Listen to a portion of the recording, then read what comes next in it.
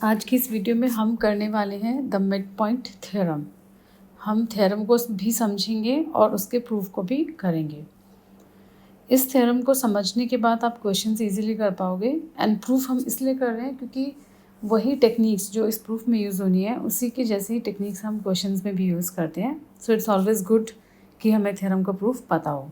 And कई बार question exam में आ भी जाता है कि state and proof mid point theorem. So हर लिहाज से ये ज़रूरी है कि हमें इसका प्रूफ पता हो। ठीक है, चलो शुरू करते हैं। The line segment joining the mid points of two sides of a triangle is parallel to the third side. अब यहाँ पे क्या हो रहा है, एक ट्राइंगल के बारे में बातचीत हो रही है। तो पहले हम वो ट्राइंगल बना लेते हैं। सपोज़ ये हमारा ट्राइंगल है ABC। ठीक है, तो देखो ट्राइंगल कहाँ गिवन है, ये रहा। ठीक है, अब इन्होंने बोला to sides of a triangle. यहाँ पे जो टू साइड्स बोली गई हैं वो जो दो साइड्स हैं वो ये हैं, एक ये वाली और एक ये वाली, AB एंड AC। ओके, तो अब पढ़ते हैं वो क्या कह रहे हैं। द लाइन सेगमेंट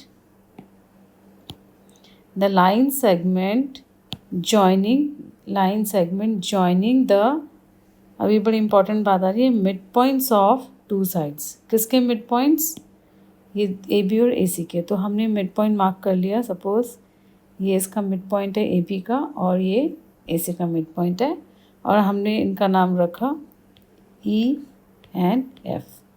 तो यहाँ पे E and F are mid points of AB and AC।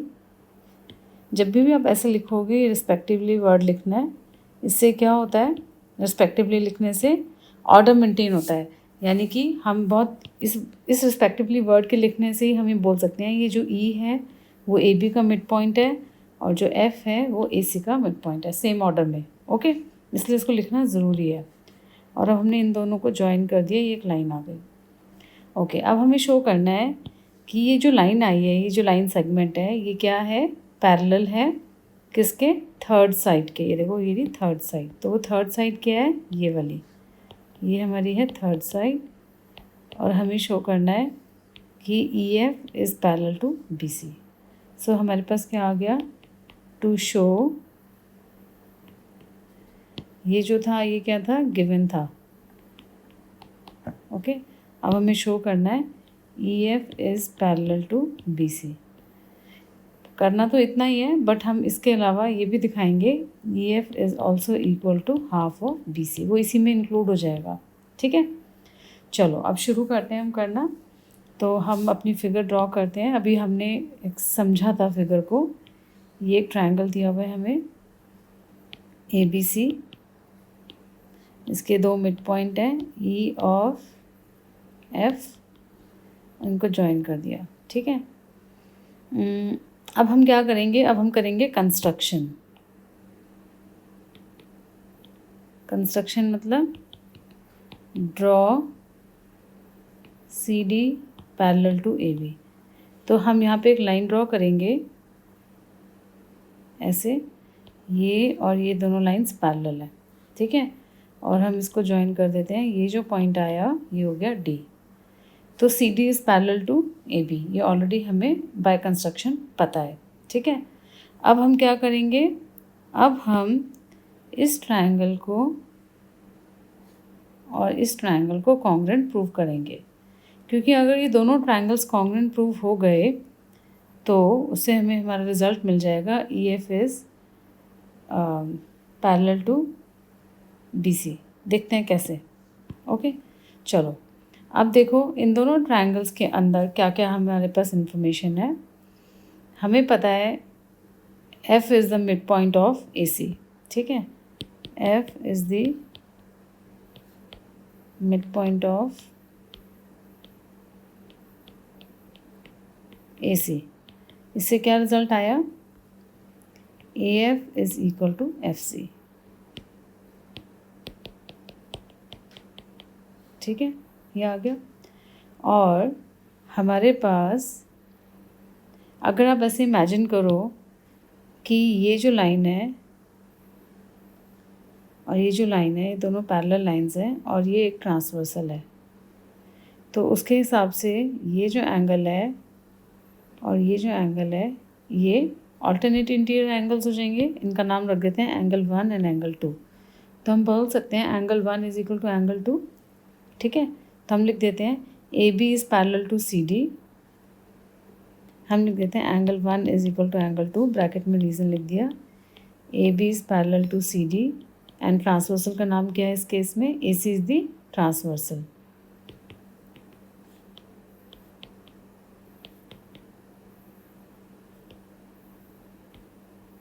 तो angle 1 and angle 2 are alternate interior angles. ठीक है, ओके।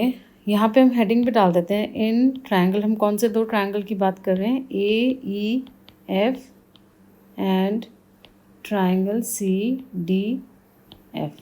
ठीक है, ओके। नाउ अब हम देखते हैं और क्या ले सकते हैं। हम ये वाला एंगल और ये वाला एंगल भी इक्वल ले सकते हैं।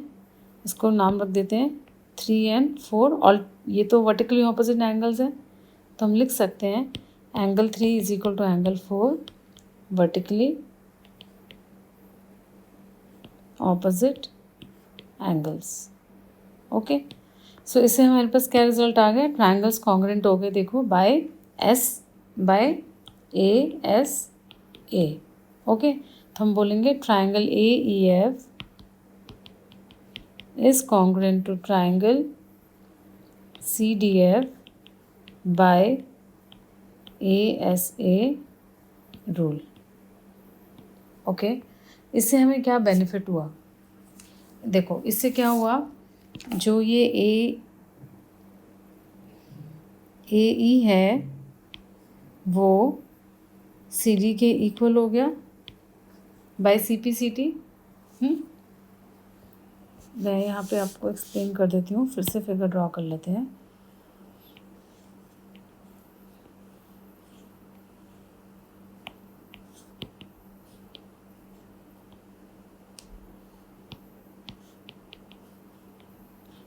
ओके, ये दोनों ट्रायंगल्स कॉन्ग्रुएंट आ चुके हैं। इसका मतलब, और ये हमें पता है ऑलरेडी इक्वल है, ये इसके इक्वल है। ठीक है, अब सी पी सी टी से क्या आया कि ये जो साइड है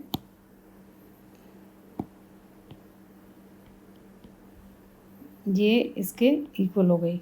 ओके, तो इसका मतलब क्या हुआ, ए ई जो है वो ऑलरेडी बी ई के इक्वल थी। ये तो गिवन था। एंड ए ई जो है वो डी सी के इक्वल आ गई by C P C T. Okay, so इन दोनों को जब कंबाइन करेंगे तो यहाँ से क्या रिज़ल्ट आया, B E is equal to C D. ये आ गया आपके पास B E is equal to C D. अब आप देखो कि इमेजिन करो इस वाले क्वाड्रिलेटरल के अंदर, इस क्वाड्रिलेटरल के अंदर इमेजिन करो कि ये एक क्वाड्रिलेटरल है, इसके अंदर B E is equal to C D आ रहा है and B E is also parallel to C D. तो कोई भी क्वाड्रिलेटरल जिसमें one pair of opposite sides are parallel and equal, ये इक्वल भी है, तो ये क्या हो जाता है, पैरेललोग्राम। तो हम लिखेंगे therefore B E D C is a quadrilateral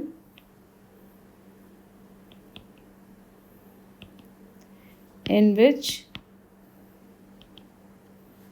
BE is equal to CD and BE is parallel to CD.